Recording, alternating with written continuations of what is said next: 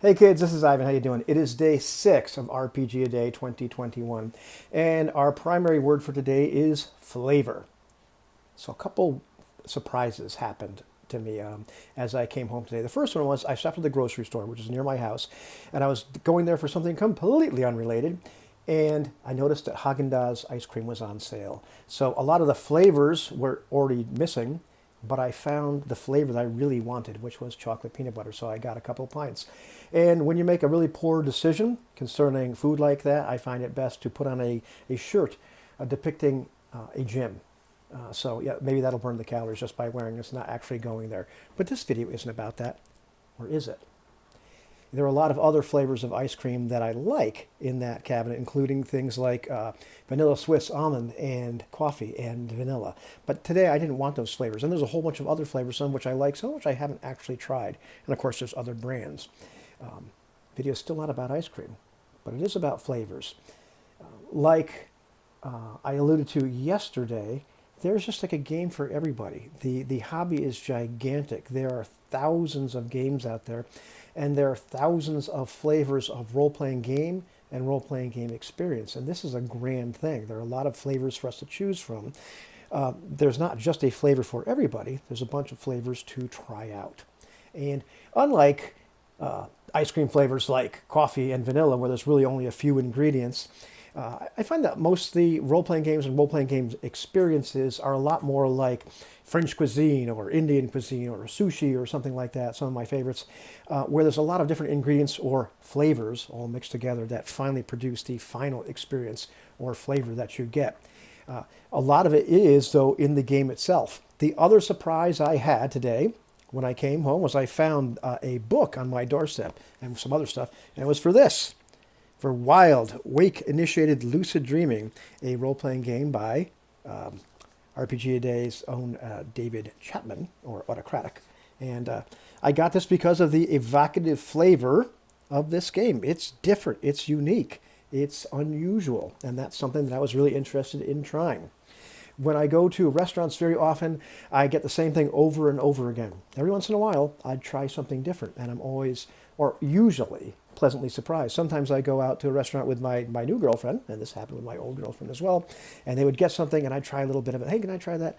And I'm like, wow, that's really cool. Maybe I should order that next time. Role-playing games are like that as well. I found that, it pays to branch out. And maybe you decide you don't like that flavor, but you try it anyway. You give it an honest try, and I've done that with role-playing games.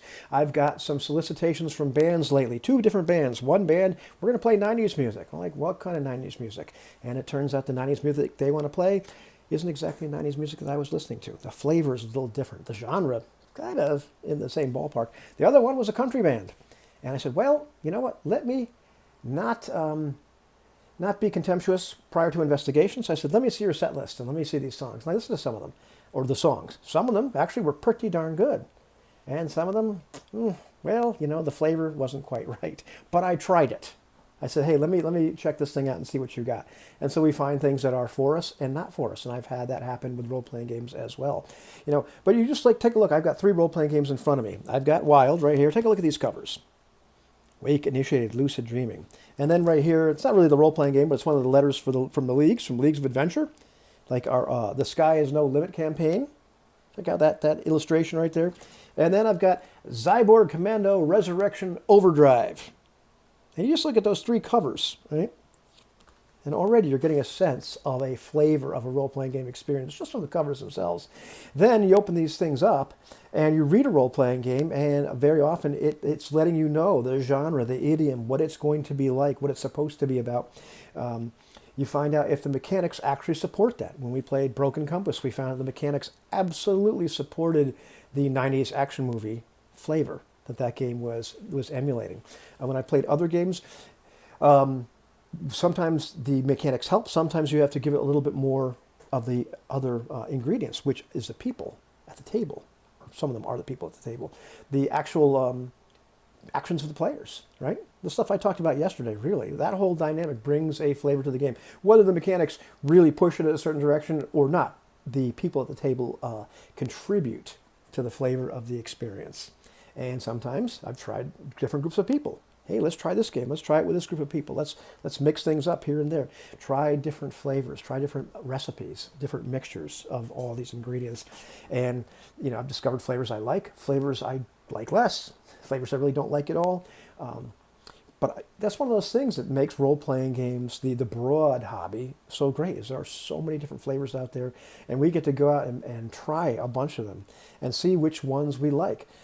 But it's been my personal experience that branching out really paid off. I was stuck in a lane for a while, and I liked OSR things and the original version of D&D, and I tried a bunch of things. I played some games I find I really, really like. And I played some other games where I decided, well, I really don't like that. I don't particularly like that flavor, but I've tried those games and found out for myself. So I've had to spit some things out and chew on some things and put some salt on others and put some back in the pan and add a couple of more ingredients to them. And some have been like, wow, this is amazing. How do we do this again? A lot of different flavors. So I'm really excited to check this thing out, and really excited to run this thing too. Very, very different flavors of role-playing game experience. Absolutely. The covers kind of give you that indication. But hey, life is about variety. Different flavors are cool. Maybe I'll get Vanilla Swiss on them next time.